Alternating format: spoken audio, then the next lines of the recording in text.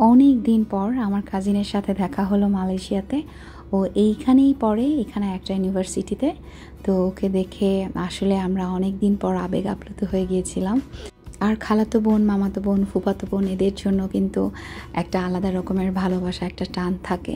Malaysia ওকে আমরা pick করতে এসেছিলাম কারণ ও যে বাসায় থাকে সেটা দেখার একটা উদ্দেশ্য ছিল।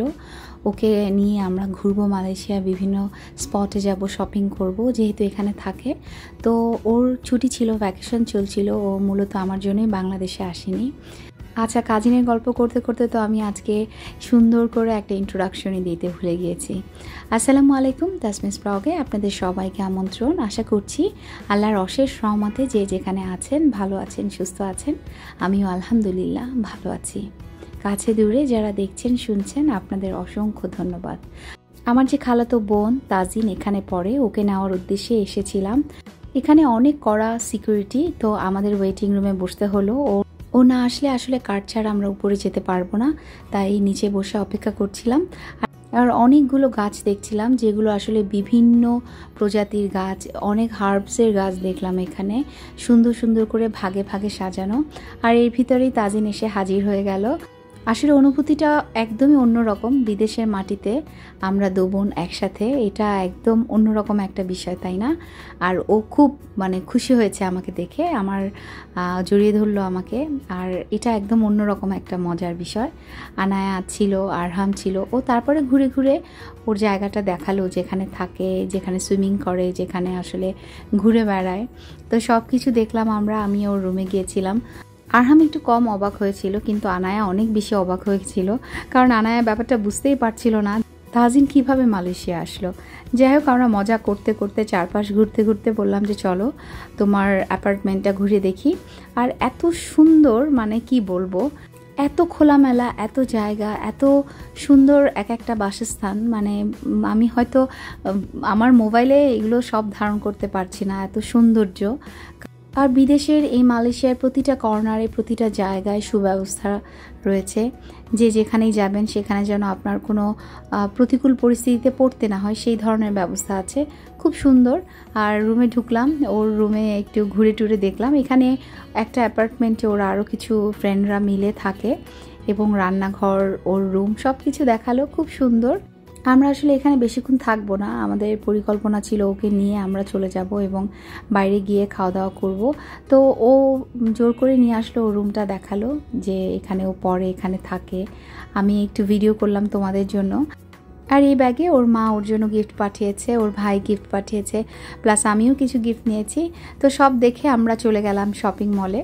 আমি মূলত এসেছি কিছু কসমেটিক্স কিনবো, আর আমি যে ব্র্যান্ডগুলো ইউজ করি সেগুলো সবগুলো এই সাফোরাতে আছে। তো এখানে ঘুরে ঘুরে আমি কিনবো। কাগজে লিখে নিয়ে এসেছিলাম লিপস্টিক, মাস্কারা, আইলাইনার আর আইশ্যাডো, প্লাস হচ্ছে একটা ব্লাশন। বাট এখানে ঢুকে দাম শুনে আর খুব বেশি জিনিস কিনতে পারবো বলে মনে হচ্ছিল না। তারপরও আমার কাজিনকে নিয়ে ঘুরে দেখছিলাম। ম্যাকি লিপস্টিক আগে অনেকগুলো ইউজ করেছি, আমি ভাবলাম যে এবার আমি ম্যাকটা চেঞ্জ করে অন্য কিছু নেই। তো কিছু কিনতে পারি আর না পারি, দেখার একটা অন্যরকম আনন্দ। আর দেখলেই কিনতে হবে এমনও বিষয় না। আর এখানে সবাই খুবই আন্তরিক, কি কিনছেন না এটা তারা দেখছে না, তারা আপনাকে সার্ভিস দিচ্ছে। এখানে কিন্তু সব মেকআপ আর্টিস্টরা থাকে, আপনার স্কিন, আপনার ধরন, আপনার সব কিছু বুঝেই তারা আপনাকে একটা জিনিস সাজেস্ট করবে। আপনি চাইলেন আর তারা হুট করে আপনাকে দিয়ে দিবে না। তো আমি কয়েকটা জিনিস কিনলাম। আমি হুদা বিউটি থেকে কিনলাম, ম্যাক থেকে কিনলাম, আর আরেকটা আমি কিনলাম হচ্ছে, এই মুহূর্তে আমার ব্র্যান্ডটা মনে পড়ছে না। এই ছোট্ট 3টা জিনিস কিনতে আমার 10,000 প্লাস টাকা গুনতে হয়েছে। তার এর থেকে বেশি আসলে আমি এফোর্ড করতে পারতাম না। আর আপনারা যদি মনে করে থাকেন যে এটা আমার শৌখিনতা, একদমই না। আমি কিন্তু পার্লারের ধারে কাছেও যাই না কখনো, শুধুমাত্র চুল কাটা এবং চুল কালার করার জন্য আমি পার্লারে যাই। আর আমার স্কিন খুবই সেন্সিটিভ, আমি সবসময় চেষ্টা করি ভালো ভালো ব্র্যান্ড আমার স্কিনে দেওয়ার, এবং ভালো ব্র্যান্ডগুলো পারচেস করার চেষ্টা করি। খুব অল্প জিনিস দেই, কিন্তু সেগুলো যেন মানসম্মত, ভালো মানের হয় সেটা। আর মান ভালো হলে তো দাম একটু বেশি হবে, সবাই আমরা জানি।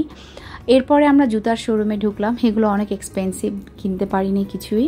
আমি কিন্তু অনেকগুলো শপিং মল মালয়েশিয়ার ঘুরেছি, সিঙ্গাপুরের ঘুরেছি, এবং আমার কাছে মনে হয় দেখলেই কিনতে হবে সেটা না, অনেক কিছু শেখা যায়, জানা যায়। মালয়েশিয়ার আরেকটা মজার বিষয় ছিল, প্রত্যেকটা শপিং মলে বাচ্চাদের জন্য খেলাধুলার আয়োজন ছিল। এখানেও ঘুরতে ঘুরতে আমরা দেখলাম বাচ্চাদের জন্য একটা কর্নার ছিল।